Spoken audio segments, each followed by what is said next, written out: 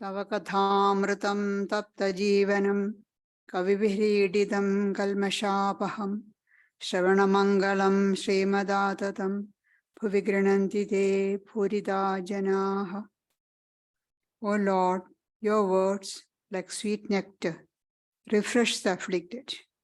Your words, which poets have sung in verses, vanquish the sins of the worldly. Blessed are they who hear of you, and blessed indeed are they who speak of you. How great is their reward. Today, we go through the chapter 31 of the Gospel. It's Advice to Ishan, 11th October 1884. Sri Ramakrishna is in his room in Dakshineshwar. It was dusk.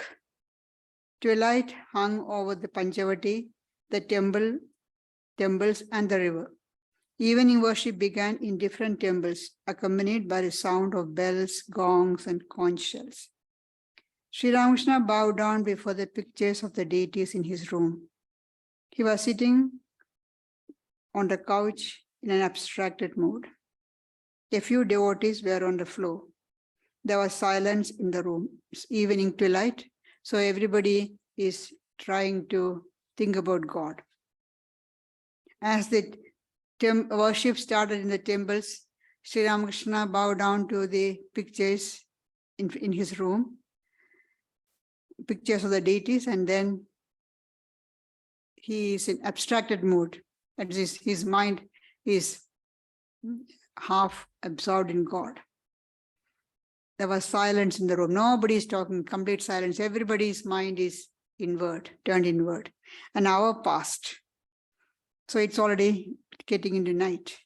And Ishan and Kishori entered and sat down on the floor after saluting Sri Ramakrishna. Ishan was a great ritualist. He was devoted to the performance of the various rites and ceremonies prescribed by the scriptures. The master opened the conversation. Kishori is a young devotee and Ishan is an elderly person. Ishan Mukhopadhyay is a great ritualist. That means he loves to perform all the different rites and ceremonies prescribed in the scriptures. We can see later, Sri Ramakrishna says he performs doing japa for so many hours. And there is one thing called Purascharana, which is you go on increasing the amount of japa, repetition, from day one to go on increasing up to a month or 40 days, and then backward again, reduce in the same way. And they say, doing all these things, you get great results. So he is into all these rituals and rites. Master, can one attain knowledge of God by merely repeating the word God? Can one attain knowledge of God by merely repeating the word God, or by merely repeating the name of God, whatever name you have got? There are two indications of such knowledge. First, longing, that is to say, love for God. You may indulge in reasoning or discussion, but if you feel no longing or love, it's all futile. Second, the awakening of the Kundalini. As long as the Kundalini remains asleep, you have not attained the knowledge of God.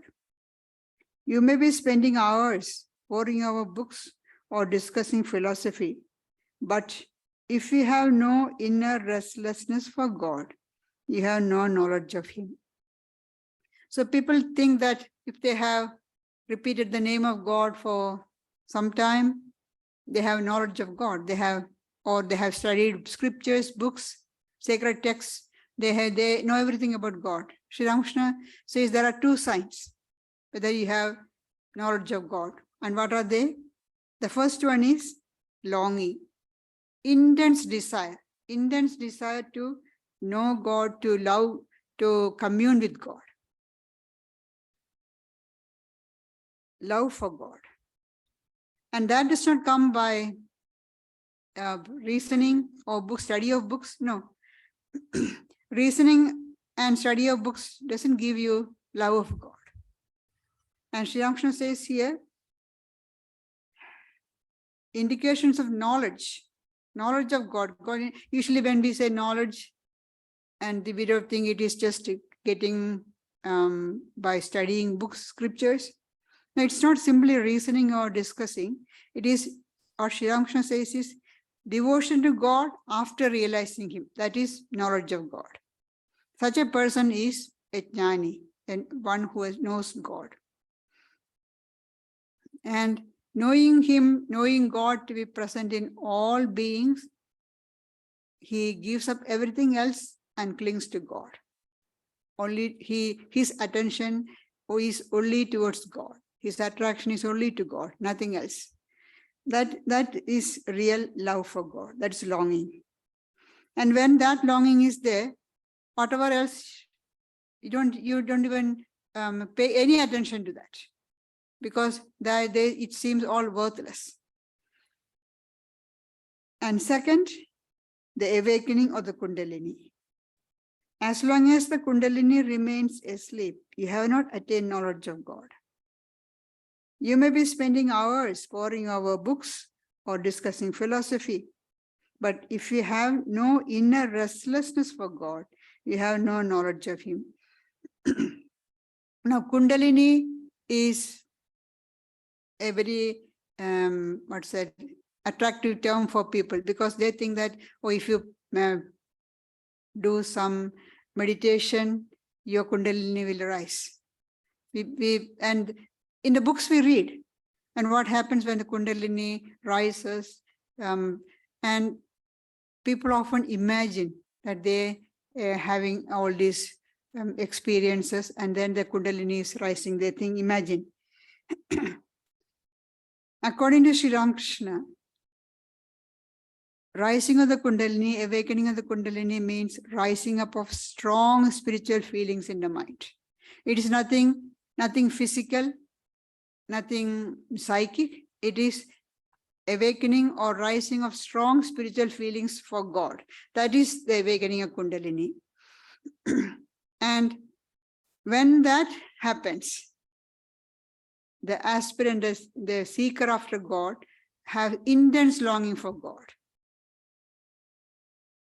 realization. But the Kundalini is, they say, the Kundalini, the serpent power, is asleep in most of the people, ordinary people. And it can be awakened through yoga, knowledge, or even devotion. It's not that we usually read Kundalini associated with yogic practices, but Kundalini can be aroused. That spiritual power can be aroused through the practice of devotion or through knowledge also. Not that just only through meditation and yogic practices. Many people is imagine that their Kundalini is awakened. And they say, oh, I have been sitting for meditation, I could feel a tingling sensation in the spine, because we read in the books that the nerve currents go through to Ida and Pingala in the spine. So imagine, it's all daydreaming. Oh, I had the feeling, this tingling of in the spine. So my Kundalini has risen. Yes, Kundalini has risen. And I heard some people saying, oh, Kundalini can be raised. I can raise your Kundalini. Kundalini is something physical, or that can be risen so easily. It doesn't happen so easily. It's a strong spiritual current.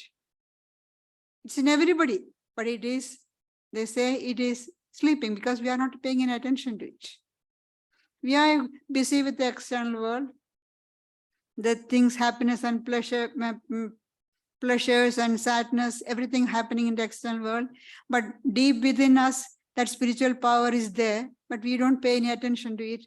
And then sit for 5 minutes for meditation and think that your Kundalini is awakened. It doesn't happen. And when they say their Kundalini has arisen,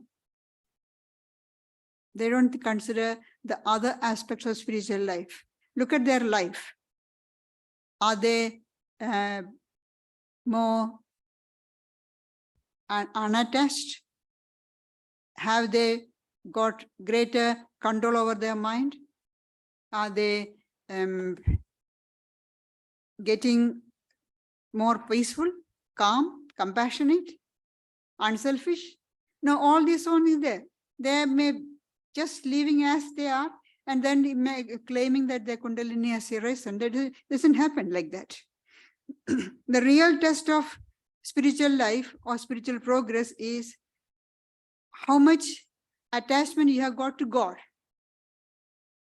how much attraction you are feeling towards God, and how little is your attraction towards the world, to how much detached you feel towards the things of the world. That is a test of spiritual life, not imagining that your Kundalini has arisen.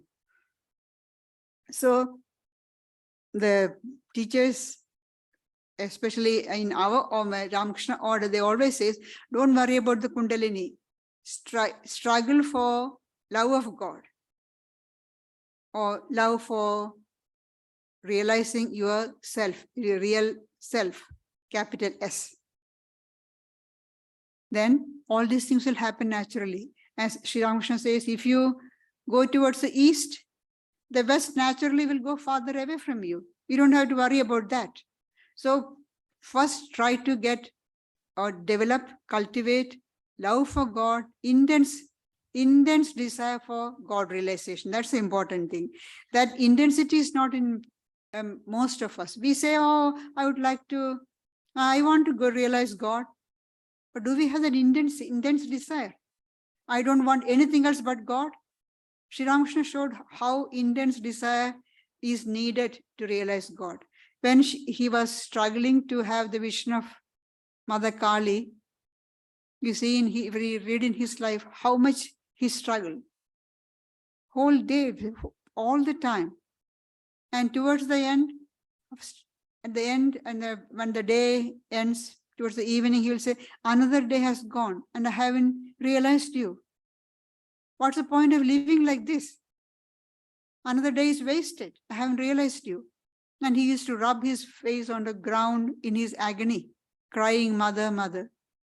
And the people could not understand. They thought, oh, he's mad. Or some people thought he's mad. Some people thought maybe he has lost his mother. That's why he's crying for mother. And in the end, when he was about to put an end to his life, then he had the vision. So that intense longing is needed for God realization.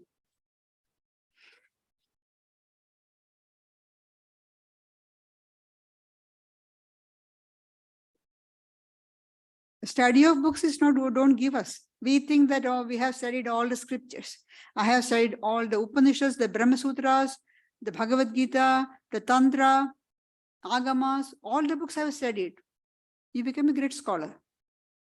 You can speak about God, but you won't realize God. Study of books won't give you God realization. God realization will come only when you feel attracted towards God. When the Kundalini is awakened, one attains bhava, bhakti, prema, and so on. This is the path of devotion. So Kundalini can be aroused through path of devotion, path of knowledge, or path of yoga, through any, because it is intense desire for God realization, self-realization. The path of karma is very difficult. Through it, one obtains some powers. I mean, occult powers. Path of karma. Karma here, Sri Ramakrishna, when he says karma, he means action with attachment. You desire some particular result, and perform action. Action with desire with particular desire. So desire-oriented action is called karma here, and that won't give you God realization, self-realization. Through it, so that's why Sri Ramakrishna says it's very difficult, because it causes bondage. Through it, one obtains some powers, occult powers. Here, you have to remember Sri Ramakrishna is talking to Ishan, who is a great ritualist. He performs a lot of rituals and rites. So with desire, when you perform these rites and rituals, you get some occult powers. But these occult powers are all obstacles on the path of spiritual life. If you want to progress on spiritual life, you have to keep away from them. Sri Ramakrishna says, if you have even one of these 8 occult powers, you won't progress in spiritual life, because they are obstacles. They arouse our vanity, arrogance, because I've got so much of power. There is a power for controlling other people's mind. There is power to become small, become big, become invisible, travel through air. All these things, powers yogis get. But using these powers, what do they do? If they use it for selfish purposes, they become arrogant, and that's the lead to downfall. You stray away from the spiritual path. That is why occult powers are great danger for a sincere spiritual aspirant. But Ishan is a great ritualist. He performed always these rituals, japa, so performing so much of japa for a particular fulfillment of some particular desire. So he's not happy with what Sri Ramakrishna is saying. So what does Ishan say? Ishan, let me go and see Hazra. Because when you speak the harsh truth, when not palatable, you leave the room. You don't want to sit there and listen again. So he said, let me go and see Hazra. Hazra is sitting maybe outside Sri Ramakrishna's room. So he will go and talk to Hazra. Sri Ramakrishna sat in silence. After a while, Ishan returned to the room accompanied by Hazra. He must have told Hazra for some conversation, and then both of them. Hazra also performs repetition, japa and all those rituals with desire, because Sri Ramakrishna says he has got a debt to repay in his village. And so he is trying to show to all these devotees who come there, visitors to come to Sri Ramakrishna, that this is a great devotee, great yogi, so they may give him some money. So that is his idea, Hazra. So Ishan came back with Hazra. The master was still silent. They waited a few moments. A few moments later, Hazra whispered to Ishan, let's leave him alone. Perhaps he'll meditate now. Both left the room. If there are other devotees who are sitting there for a long time, just to be in Sri Ramakrishna's presence. And here, Ishan and Hazra, they could not sit there. They just left the room. Sri Ramakrishna was still silent. After a few moments, the devotees noticed that he was really meditating.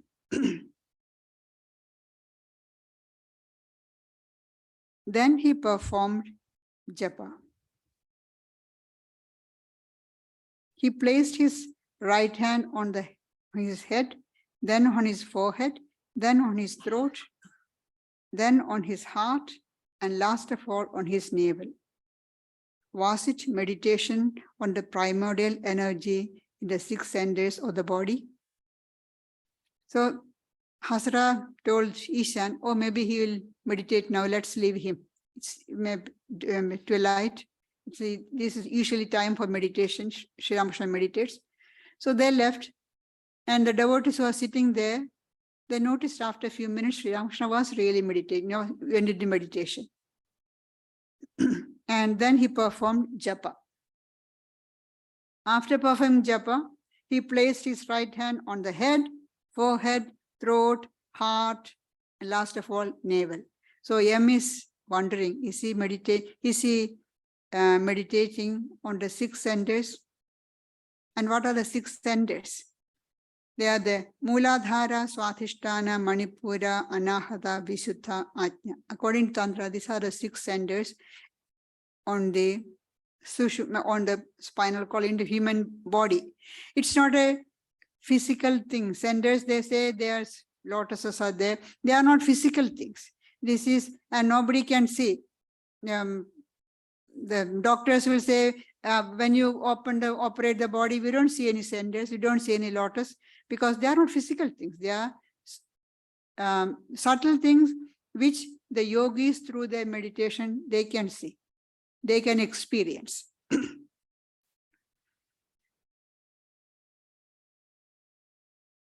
So instead of these things are there, we don't have to pay so much attention to that.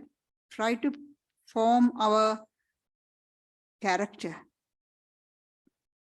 We say the best form of meditation is meditation on the heart center, that's Anahata.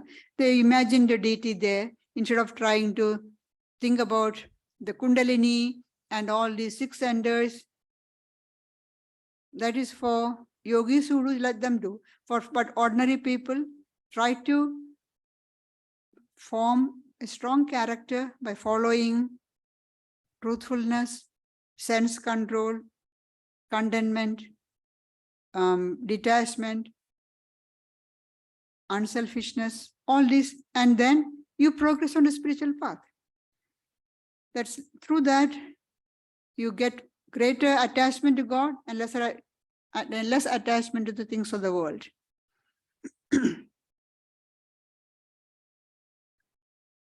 Ishan and Hasara had gone to the Kali temple.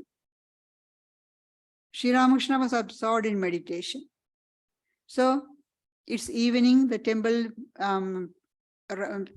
evening worship has already finished in the temple. Ishan and Hasara is gone. The temple will be there open for quite some time more also, because there will be a night food offering will be there, then the deity will be put to bed. All those, so many rituals are there. And Sri Ramakrishna is sitting in his room, with some other devotees are still there. Meanwhile, Adhar had arrived. It was about 7:30. Adhar is his deputy magistrate. What he usually do is, when he finishes work, he will, from Calcutta, he will come to Dakshineshwar, salute Sri Ramakrishna, go to the temples. Then Sri Ramakrishna will give him some offered prasads, fruits or sweets. He will eat that. And then because he is so tired, he will lie down and go to sleep. And when late at 10 o'clock, Sri Ramakrishna will ask whoever is his attendant to wake him up. Then he will get into his carriage and go home. Some people wondered, why did he come all the way from Calcutta to sleep here? Sri Ramakrishna said, good, he's sleeping here, not going anywhere else and spending time. And he considers it a blessing just to have salute Sri Ramakrishna every day and see him and salute. That's a great blessing for him. It's 7:30 now. A little later, the master went to the Kali temple. So along with other devotees, M had gone with him. He looked at the image, took some sacred flowers from the feet of the mother and placed them on his head. He went inside the sanctum sanctorum up to the mother. They took flowers from the feet of mother and put it on his head. He prostrated himself before the mother and went round the image. He waved the chamara, the fan. He appeared ecstatic with divine fervor. Coming out, he found Ishan performing the Sandhya with the Koshakushi. He came out of the temple and in front of the temple is a big hall. And he found Ishan sitting there performing the Sandhya rituals. That is, some particular rituals they perform and then repeat the Gayatri mantra and all that they do. So Koshakushi is the vessel in which you pour the water and use for the ritualistic worship. He found Ishan performing Sandhya with a Koshakushi. Master to Ishan, what? You are still here. Are you still performing Sandhya? Listen to your song. Why should I go to Ganga, Gaya, or Kashi, Kanchi, or Prabhas, so long as I can breathe my last with Kali's name upon my lips? What need of rituals has a man? What need of devotions anymore? If he repeats the mother's name at the 3 holy hours, rituals may pursue him close, but never can they overtake him. Charity, vows, giving of gifts do not appeal to Madan's mind. The blissful mother's lotus feet are his whole prayer and sacrifice. Madan is the poet who has written this song. Why should I go to Ganga, Gaya, Kashi, Kanchi, Prabhas? They are all places of pilgrimage. So long as I can breathe my last with Kali's name upon my lips. As long as you can give up the body, repeating the name of God. That means all through your life, you have fixed your mind on God. Only then it will come to the last moment. Then, if you can do that, then there is no need for going on pilgrimage to different places. And Sri Ramakrishna says, if you don't feel the presence of God within you, you don't feel the presence in any place, holy places. So first, have the presence of God, feel the presence of God within ourselves. Then you will see the presence of God everywhere, wherever you go, any place of pilgrimage. How long must a man continue the Sandhya? That is the prescribed rituals. As long as he has not developed love for the lotus feet of God, as long as he does not shed tears and his hair does not stand on end when he repeats God's name. Rituals are for beginners. You start with rituals. Of course, rituals have got its value. You start with rituals. Just as a child learns the alphabet or counting. To learn counting, the child may use cubes or wooden cubes. What do you call that?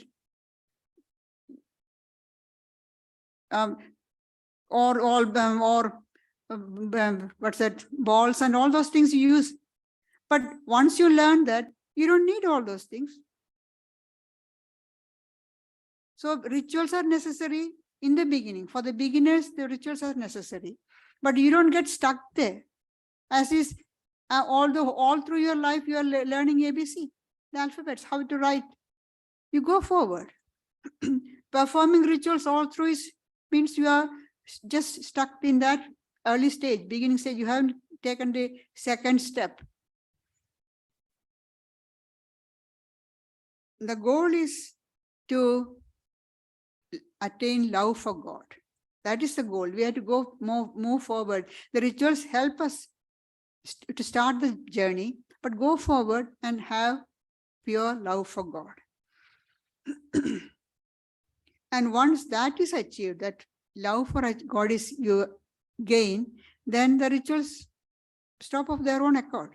We don't perform anymore. Once you learn how to count, you don't need the tools, all these things, the balls or the cubes to count.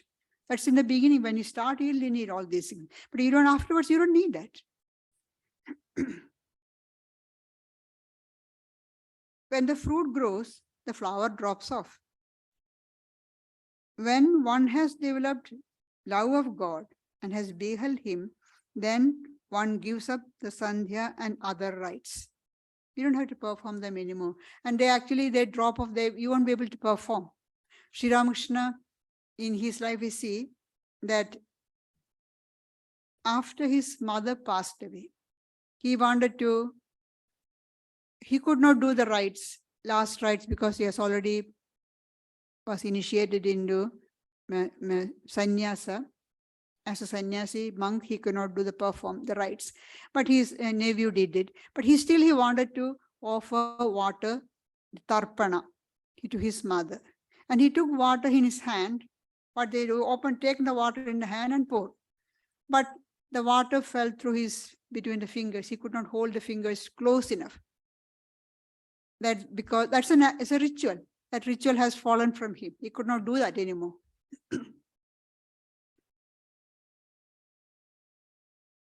When one has developed love for God and has beheld him, then one gives up sandhya and other rites. You cannot achieve anything by moving at such slow pace. You need stern renunciation. Can you achieve anything by counting 15 months as a year? Yes, something, it will happen in some time. Nothing will happen if you go on at a slow pace, nothing will happen. You seem to have no strength, no grit. You are as mushy as flattened rice soaked in milk. Sri Ramakrishna is giving really nice scolding to Ishan. You are so like mushy, like flattened rice soaked in milk. Be up and doing. Gird up your loins. Without striving, you cannot have God realization. Sitting quietly, without any struggle, you imagine that you can realize God, doesn't happen. You have to work hard, struggle hard. Work means, when we say work, people think that, oh, going to work or to office or whatever work. That's not work. Work hard on yourself. You are on your mind. Without and struggle, you cannot realize God. That's why he is saying, be up and doing, gird up your loins. When the young monks started the first monastery in Baranagar, they had on the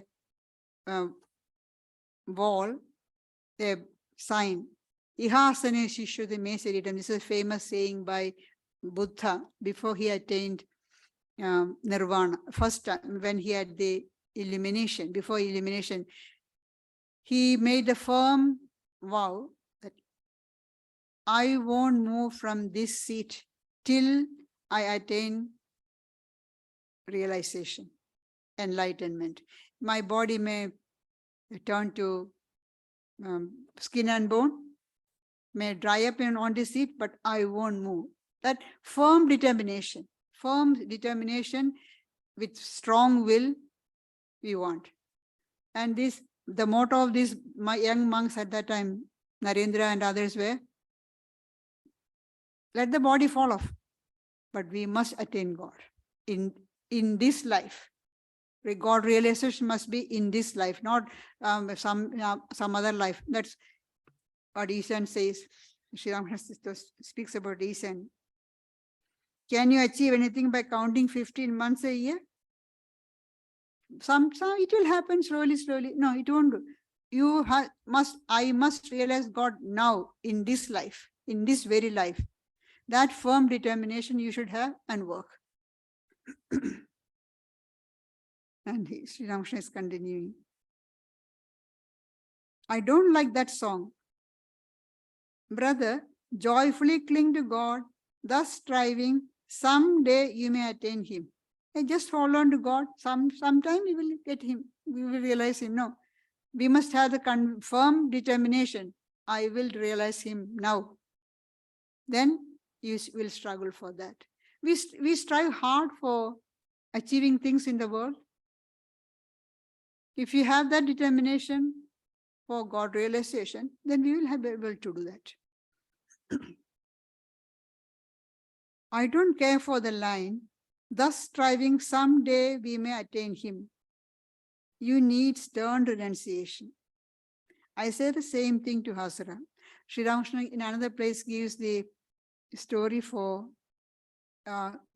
stern renunciation. He says there was a drought in the country. So the crop are failing because there's no water and some water in the stream. So one farmer decided, today I will connect my field to the stream canal, so that it will get some water. So he, from early morning, he started working, trying to dig a path, channel to the, connecting the field to the stream.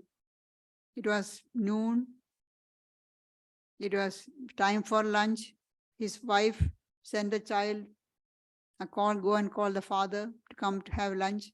Then the farmer said, no, not now. I have to finish this work. After some time, the wife herself came to call him. He said, no. Then she said, you are always going to extreme. You can finish it after your lunch. You always do extreme. And she got so angry, scolded her and drove her off. He worked hard till evening, and before sunset, before it became dark, he was able to connect the field to the river. And then the water started flowing to the field, and he was so happy, sat there, listened to the water flowing for a few minutes, and then went home and had his bath, ate dinner, and had a good smoke, sat and smoked for some time, and then went and slept peacefully. His field is watered. That is firm determination, stern determination, and renunciation.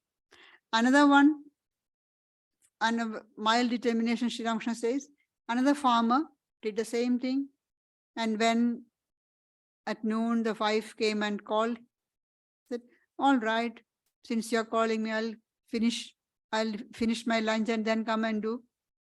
Then after lunch, we had to rest a little. Then by the time he could not finish the channel before it became dark, he could not bring water to this field. That is mild determination. He has to have firm determination. I must do it. I will do it. You may ask me why you don't feel stern renunciation. There's a reason for it. You have desires and tendencies within you. The same is true of Hazra. In our part of the country, I have seen peasants bringing water into their paddy fields. See, Sri Ramakrishna's examples are all from daily life, what he is seeing around him. The fields have low ridges on all sides to prevent the water from leaking out. But these are made of mud and often have holes here and there. The peasants work themselves to death to bring the water, which, however, leaks out through the holes. They work hard to bring in the water, but what happens to the water? Water doesn't remain there for a long time. It leaks out through the holes. So Sri Ramakrishna is telling Ishan, you are doing a lot of spiritual practices, but what happens? They got desires. Desires are the holes. Desires are the holes. You practice japa and austerities, no doubt, but they all leak out to the holes of your desires. We don't feel attracted to God because of the desires. We pray to God for what? For the fulfillment of desires. So your desires may be fulfilled, may not be fulfilled, but you don't progress on the path, because whatever your practices you are doing, japa, meditation, any other austerities, all are leaked out through these holes of desires.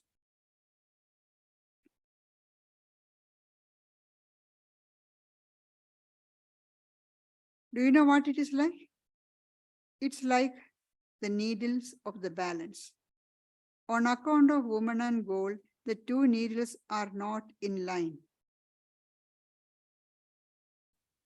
In the olden, now you don't see the balance at all. The balance with the top, two needles, top one and bottom, and when the two pans and the two pans of the balance are equal, then the two needles will be on the same line. It is like if The young people won't even know what it is. I don't know how many of you have even seen the old-fashioned balance. The woman and goal, that is desire, excessive desires of sense pleasures and attachment to wealth, they are the heavy thing on one pan. So the needles are not on the same line.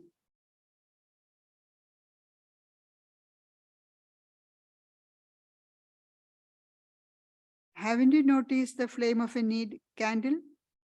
The slightest wind makes it waver. The state of yoga is like the candle flame in a windless place. That is what they've always say. In the Gita also gives, that is the simile given. Yoga, state of yoga is the flame, like the flame in a windless spot, which doesn't waver at all. The mind, if there is no desire, then it will be going towards God, towards the self. The mind is dispersed. Part of it has gone to Dhaka, part to Delhi, another part to Pushpihar. That mind has to be gathered in. It must be concentrated on one object. That we all know. The moment we sit for meditation and close your eyes, then what happens? Immediately the mind will go everywhere, except the object that you wanted to think about. The mind will be running everywhere.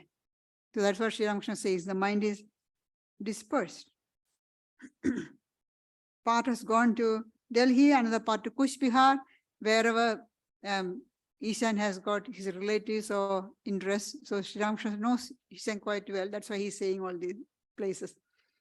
That mind has to be gathered in. It must be concentrated on one object. It must be one-pointed. If it is a little bit sticking out, it won't come. Sri Ramakrishna says another place, if you want to thread the needle, if any little one fiber sitting out in the thread, it won't go through the eye of the needle. It has to be one-pointed. Or again, another example he gives is, in early days, there's a telegraph line. If there is break in the line, the message won't be transmitted. So the one-pointed desire should be there towards God, not with any other things. If you want 16 annas worth of cloth, then you have to pay the merchant the full 16 annas. 16 annas was 1 rupee early days. Yoga is not possible if there is a slightest obstacle. If there is a tiny break in the telegraph wire, then the news cannot be transmitted. So all this Sri Ramakrishna is saying to give up desires. Unless you have reduced the desire, you cannot think about God. Desires are obstacles on the path of God. You may be doing a lot of spiritual practices, doing japa, meditation, prayers, giving in charity, all that you're doing, fine. But you have got desires. Desire for name, fame, people should thank, everybody should acknowledge that I am so charitable. All these are desires. So whatever the good results, go through that. Desires are gone. But so you don't progress in the spiritual life. What are we to do then? Surrender all the fruits of action to God. Whatever you're doing, do everything, but surrender the fruits of action to God. Then that's a way to free from the bondage of action.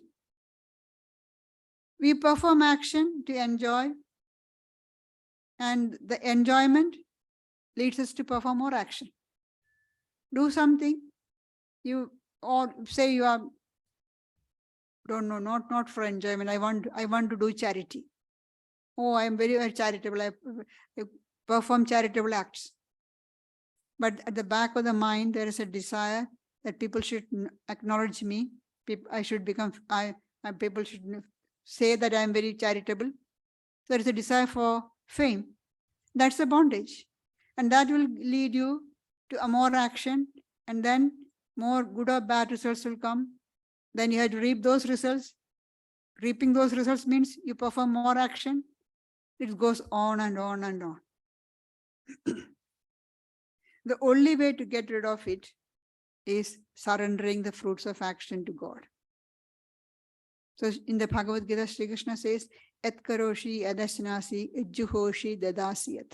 Et tapasisi kaunteya tat kurusha madarpanam. Whatever you are doing, whatever you are eating, whatever you are offering a sacrifice, whatever you are giving in charity, everything give unto me, offer to me. The results, all the results you give to me. Then you won't be, the results goes to God.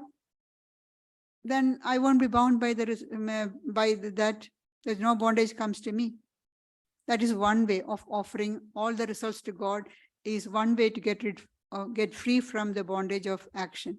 Another method is give up the idea that I am the doer. I am an instrument in the hand of God. God is doing. He is the doer. I am just a tool. Then that way also you won't be bound by the results of the action. And that is, I'm not the doer, that's the real knowledge. And when that knowledge comes, all the actions are burned to ashes. Gita says, Jnanagni dagdha karmana. Just like a firewood, fire burns the firewood to ashes. The knowledge that I'm not the doer will destroy all the actions, all the results of the actions.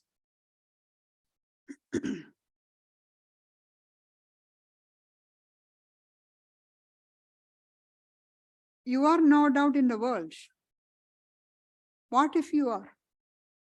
You must surrender the fruits of your action to God. People say, well, you can say all these things. We are in the world. We have to do work. We have to work hard. We have to look after the family. We have our obligation to society. Sri Ramakrishna says, yes. What if you are? You are in the world. That's true. What if you are? You must surrender the fruits of your action to God. You must not seek any results for yourself. That is the one way to be free from the bonds of action. But mark one thing, the desire for bhakti cannot be called a desire. Sri Ramakrishna is saying, don't have any desire for the fruits of action. But then he adds, the desire for devotion is not like ordinary desire. You can have desire for devotion. You may desire bhakti and pray for it. You may desire devotion and pray for devotion. And then he's saying, what sort of prayer? You should practice the tamas of devotion. That is, you force your demand on God. I must see you. I must have your vision. Force it.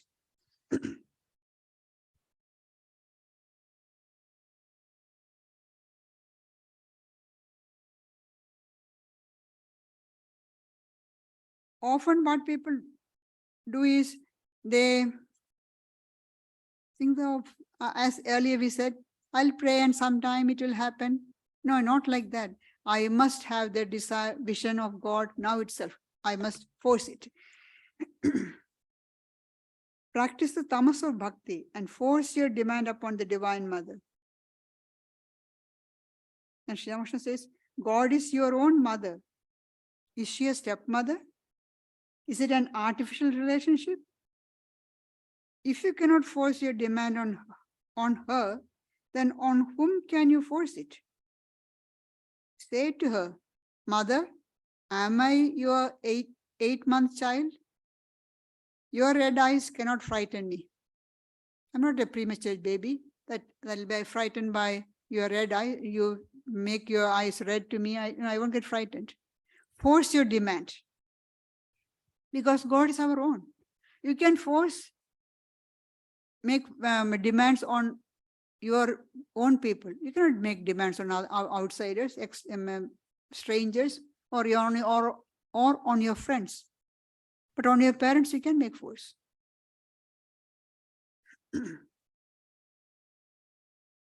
Sri Ramakrishna says, Trailokya once remarked, as I was born into the family, I have a share in the estate. Trailokya was the grandson of Rani Rasmani, the proprietors of the temple.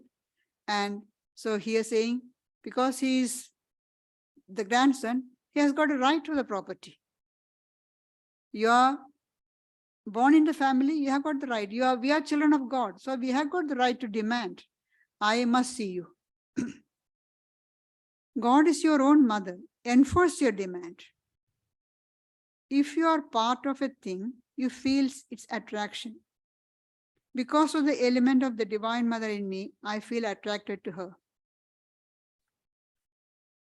Nowadays, you don't have to attend to worldly duties. Spend a few days thinking of God. You have seen that there is nothing in the world. See, nowadays, you don't have to attend to worldly duties. Ishan is an elderly person. His children are all grown up.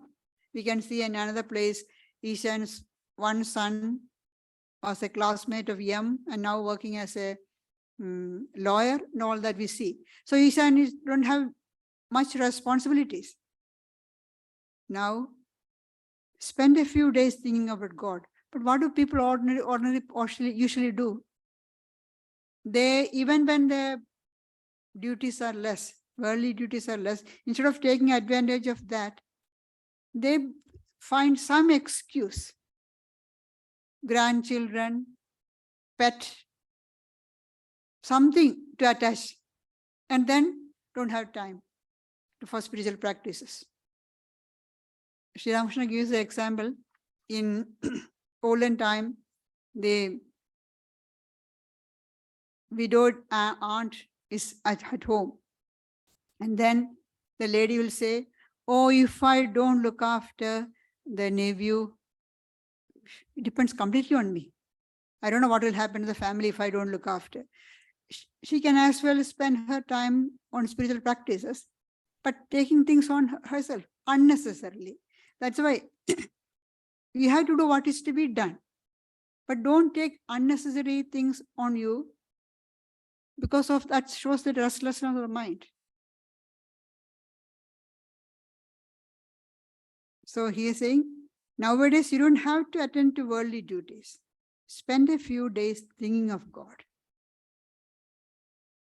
That is the advice to all of us who don't have much duty or less duty now.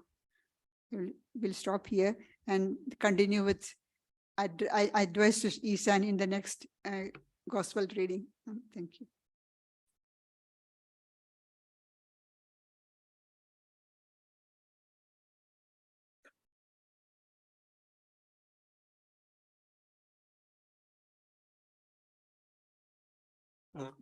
Just to let you know, there'll be a break in the yoga classes, sadly, unavoidably.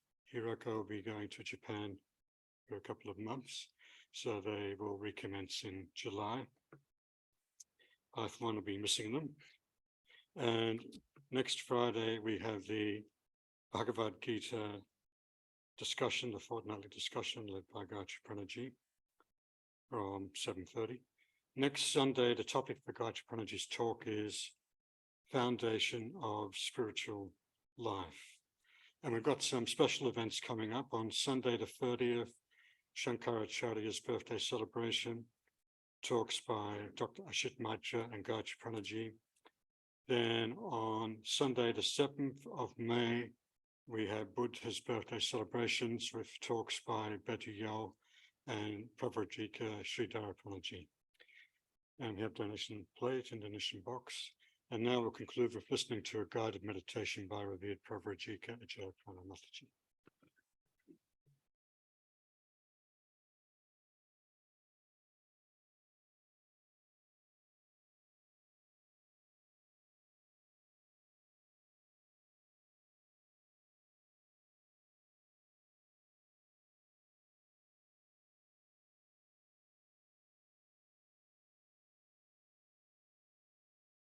I know in my inmost depths that no mortal light can reveal thy immortal face.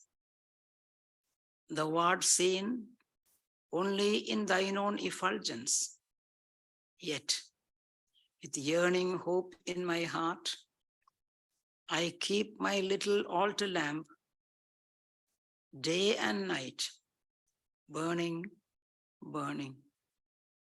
O Lord, thou art my resting place and only protection. May I never lose my vision of thee.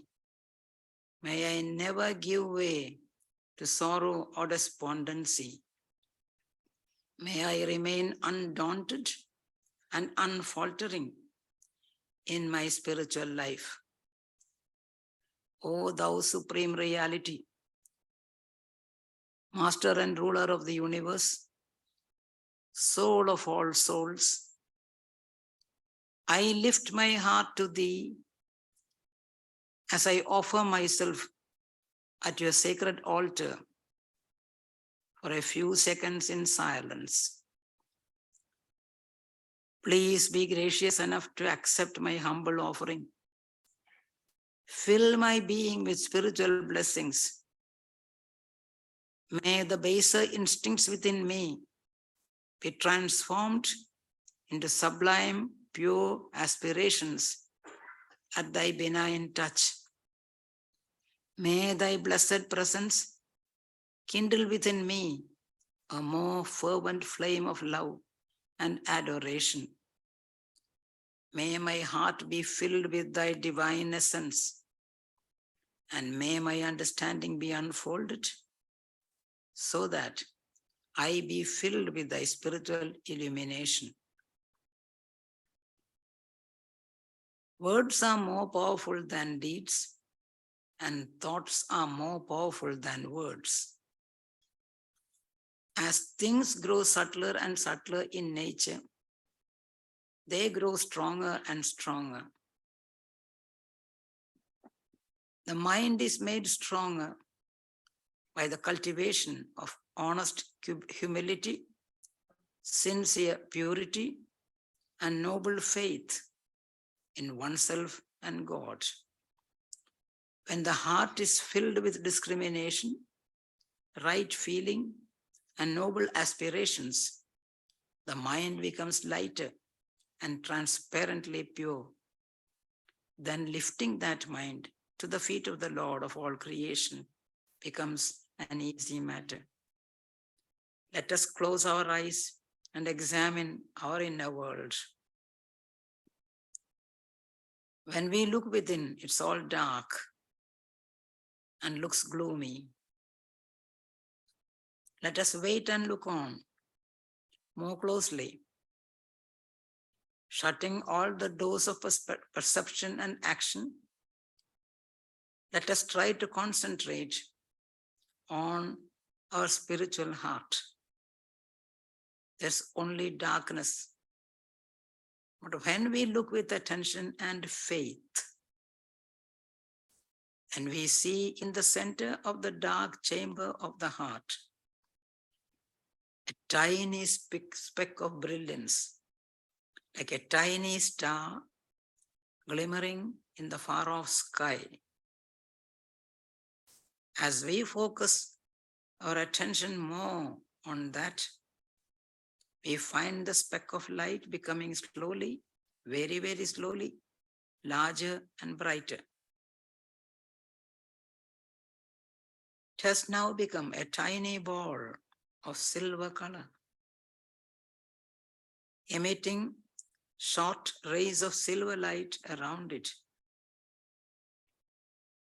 As we continue to look closer, you see the little ball growing and growing into a big ball of sheer luminosity. It's not a mere star-like effulgence. Inside the radiance, we see the outlines of a beautiful lotus. Just think of that. As we go on concentrating on the heart, a little speck of light that we saw in the beginning grows in size. It has become a beautiful silver star. But it is not an empty one. It is alive with the vibrations of energy. Inside that star, we see a lotus. That lotus signifies the yearning of our heart.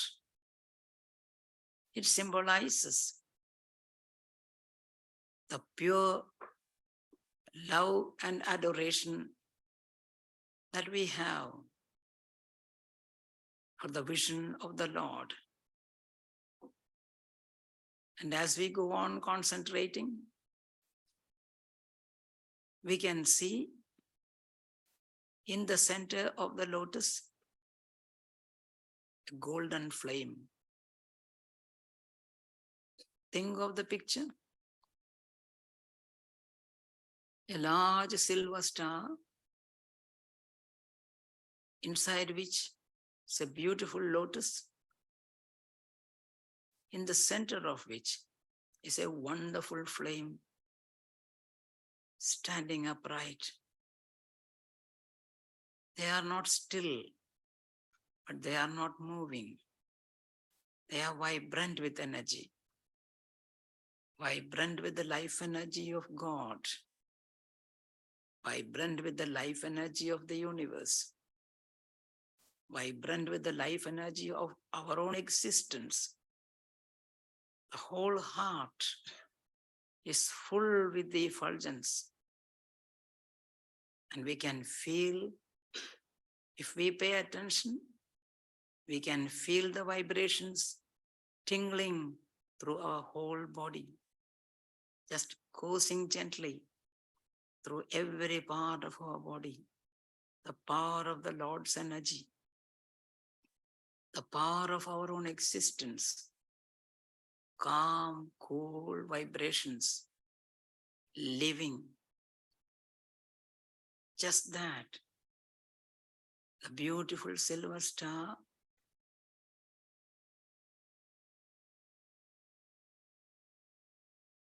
the lotus, and in the center, the golden flame.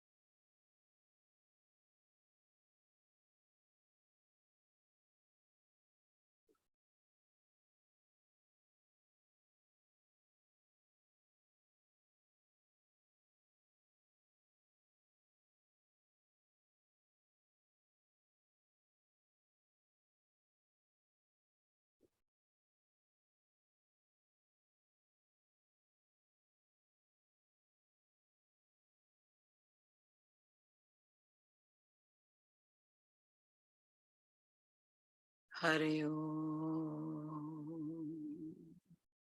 Shanti, Shanti, Shanti. Peace, peace, peace.